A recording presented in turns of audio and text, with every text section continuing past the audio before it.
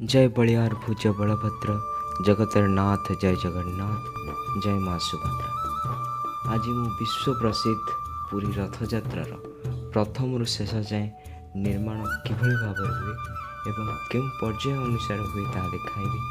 प्रथमे अक्षय तृतीया दिन तीन रथर तीनोटी काठ अनुकूल हुए एवं तीन रथर मुख्य महाड़ा मानक मुंडरे शाढ़ी बंधा जाई आम रथ कार्य आरंभ होता है। प्रथमे आमर रथर चक्का कार्य आरंभ होता है। रथर चक्का पर आमर दंडा कार्य आरंभ होता है। दंडा जोटा कि अख गुड़ी को परस्पर मध्य बांधिकी रखि थाए। जगन्नाथଙ୍କ रथर 16टी चक्का एवं तालध्वज रथर जोटा कि बड़ ठाकुरंकर रथर 14टी चक्का एवं देवी रथर 12टी चक्का होता है।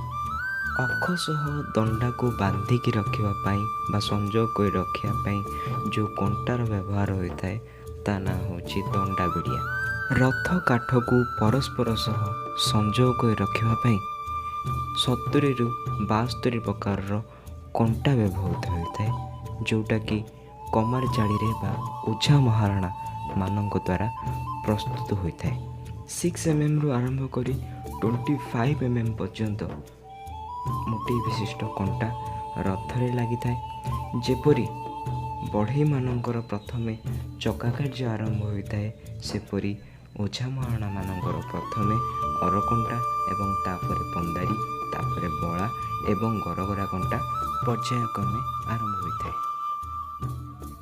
दंडा सह अख को संजोग करने जो बिड़िया कंटार आवश्यकता होता है तार प्रस्तुति किभଳି भाव हुए आसतु देखा। प्रथमे गोटे रड को बाड़िया जाई तार मुन तैयारी करा जाई थाए एवं तापरे गोटे छोट रड्रे तार बेड़ी तैयारी करा जाई ताको बेड़ी पिंधा जाई थाए एवं से कंटाटीर प्रस्तुति पर सेटा आसी रथरे बाड़िया होता है। यही अगपात्रीर कार्य होता है दंडा सह अख को बांधिकी रखापी यार आवश्यकता होता है। जेपरी नट बोल्ट व्यवहार करा जाए सेपरी यार पुरातन शैली यहाँ बाड़िया जाई तापर एक लेउटिया जाइकी उल्टिया बाड़िया जाए जहाँफल कि यह एक बांधिकी रखा जाए एवं मझी भागरे पोखरिया बा दंडा बिड़िया बा पोखरिया कंटा पड़ी था चौरस कंटा बाड़ा होता है एवं साइड मानक अगपातली बाड़िया होता है जोटा कि बांधिकी रखिबारे साहाय्य करता है। कंटा बाड़िया सारा पर आमर बेस बा जोटा को कहती रथर चेचिस सेटा संपूर्ण भाव तैयारी हो जाता है एवं या पर रथर दुईटी भागरे गरगरा पड़ता है।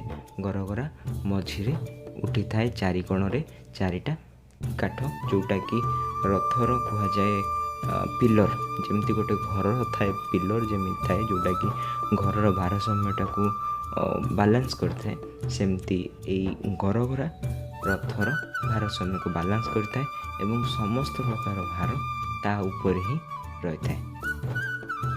रथर चारि नाहका उठा पर कण गुज लगी सारी ता ऊपर उठी जाए निराड़ी ऊपर पड़ी था गयल पर बर्थ गयल तापर छंदा गयल पड़ी था।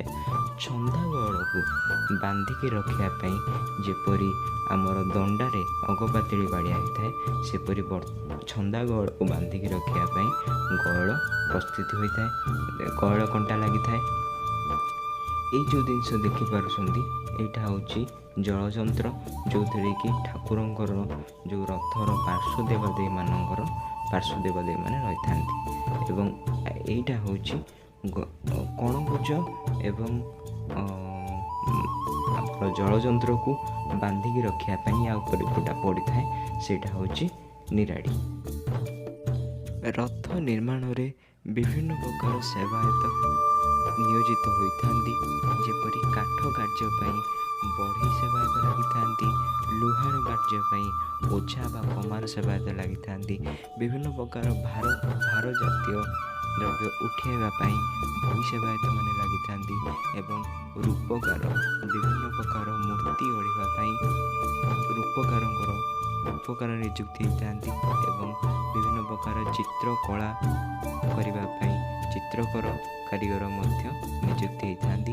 ବିଭିନ୍ନ ପ୍ରକାର କାରିଗର ରଥ କାର୍ଯ୍ୟରେ ନିର୍ମାଣ ପାଇଁ ନିୟୋଜିତ ହୋଇଥାନ୍ତି।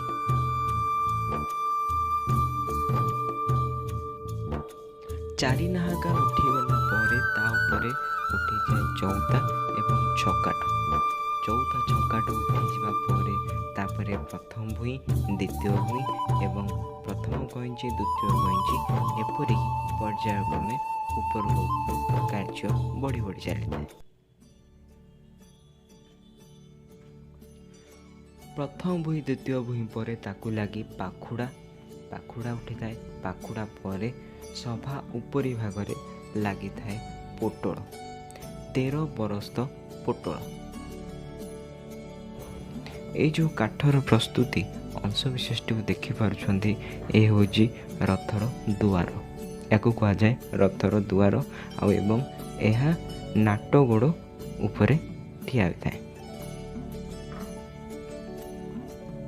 ସଭା ଉପରି ଭାଗରେ କାର୍ଯ୍ୟ ରହିଥାଏ ପୋଟଳ, ଯେଉଁଟାକି 13 ପରସ୍ତ ପୋଟଳ।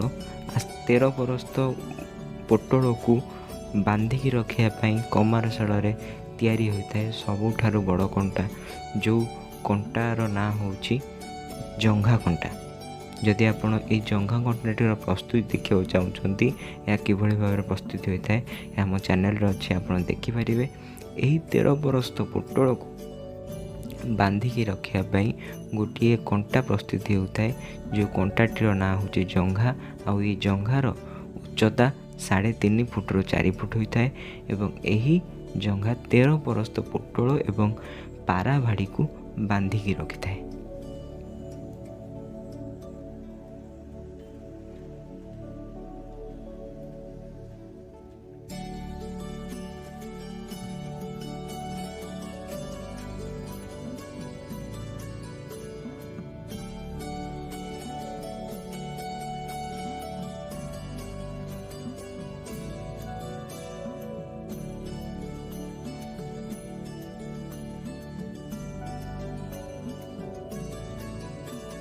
ତାଳଧ୍ୱଜ ଏବଂ ଦର୍ପଦଳନ ଏବଂ ନନ୍ଦିଘୋଷର ପୋଟଳ କାମ ସରିବା ପରେ ହରିବୋଲ ଡାକ ପଡ଼ିଥାଏ, ଯେଉଁଟାକି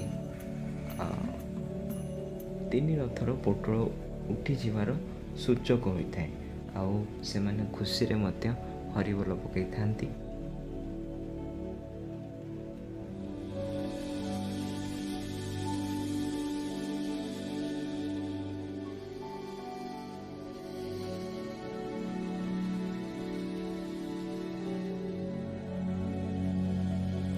ପୋଟଳ ଉଠିଯିବା ପରେ ମହାପ୍ରଭୁ ଯେଉଁଠି ବିରାଜମାନ କରନ୍ତି, ସେଠି ପଟା ପଡ଼ିଥାଏ ଏବଂ ତାଙ୍କ ବେଢ଼ା ସାଇଟ୍ ମାନଙ୍କରେ ମଧ୍ୟ ପଟା ପଡ଼ିଥାଏ। ପଟା ପଡ଼ି ଆଚ୍ଛାଦିତ ହୋଇଥାଏ। ତାପରେ ବିଭିନ୍ନ ଚିତ୍ରକର ଏବଂ ରୂପକର କାରିଗରଙ୍କ ଦ୍ୱାରା ରଥଟିକୁ କଲର୍ କରାଯାଇଥାଏ ଏବଂ ରଥଟିକୁ ରଙ୍ଗୀନ କରାଯିବା ଫଳରେ ଏହା ରଥର ସୌନ୍ଦର୍ଯ୍ୟକୁ ବହୁଗୁଣିତ କରିଦେଇଥାଏ। ଏହି ଚିତ୍ରକର, ଏହି କାର୍ଯ୍ୟଙ୍କର ଏହି ଛୋଟ ଛୋଟ କଳାକୃତି ରଥର ସୌନ୍ଦର୍ଯ୍ୟକୁ ବର୍ଦ୍ଧନ କରିଥାଏ।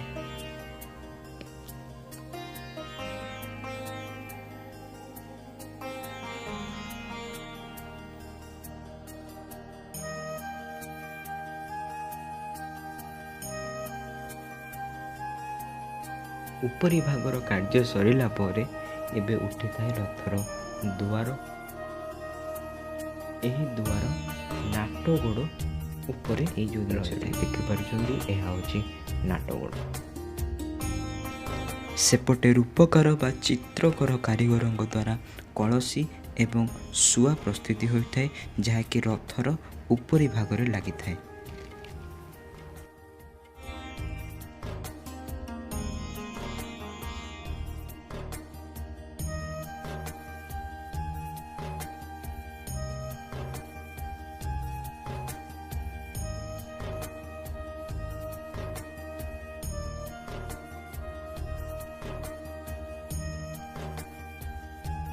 कलसी लगी सारिबा परे ता उपरी भागरे लगी थाए अँला एवं अँला लगी सारा परे लगी थाए दुईटी शुआ। से शुआ दुईटी जोखिबाई दुईटी कंटा लगी थाए, दुई दुई चारोटी कंटा लगी थाए। से कंटार नाम हूँ शुआ कंटा।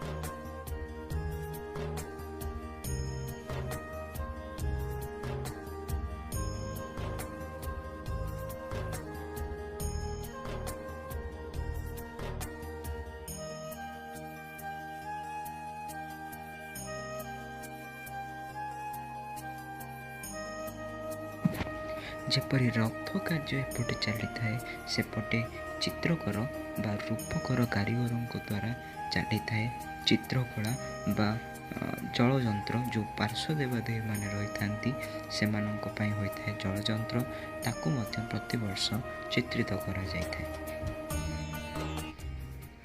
ए होची पार्श्व देवादेवी मानकर जलजंत्र एवं ए होची नाटगोड़ एवं पार्श्व देवादेवी माने जेपरी मंदिर पार्श्व पार्श्व देवादेवी मान रही था सेपरी रथर पार्श्व पार्श्व देवादेवी मान रही था।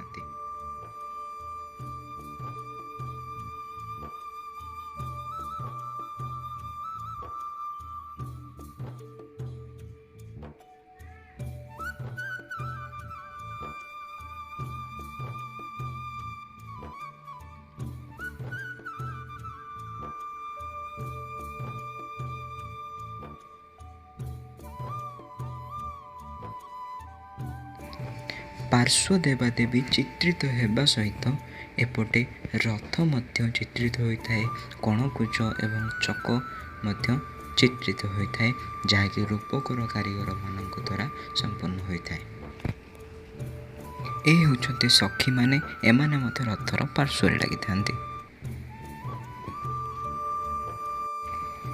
यही सबु अश्व रथरे खंजा जावाई प्रस्तुत करा जाए एवं चित्रित करा जाए जेपरी जगन्नाथ रथर धला अश्व एवं बड़ ठाकुर बा बलभद्र रथर कला अश्व एवं देवी रथंकर खैरिया अश्व लगी था। अश्व कार्य सरिबा परे से मझिरे आमर रथ को चलैवाई जो सारथी थांती से सारथीर प्रस्तुति करा जाय थाए। सारथी को कलर करा जाय थाए एवं तापरे ताको रथ ऊपर को अणा जाय थाए। एही कार्य सरिबा परे रथरे कपड़ा आच्छादित करा जाय थाए।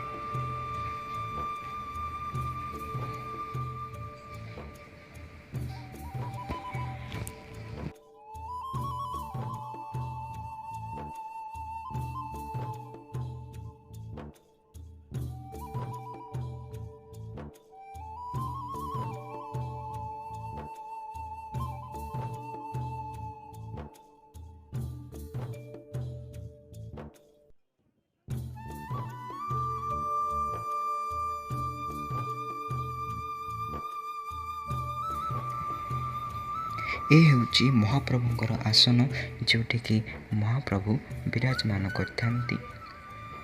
रथरे ए सबु सुनेली वर्णर कदली गछ मीन एवं सखी एवं हस्ती मध्य लगी था। तीनोटी रथ संपूर्ण भाव प्रस्तुत पर ताहा सिंहद्वारटी को जाए एवं ता परदिन गुंडीचा जात होइथाए।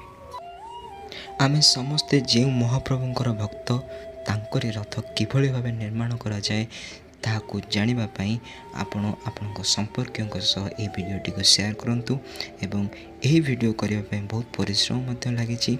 ए चैनलटी को दया करी लाइक एवं सब्सक्राइब मध्य करंतु। रहुछि जय जगन्नाथ।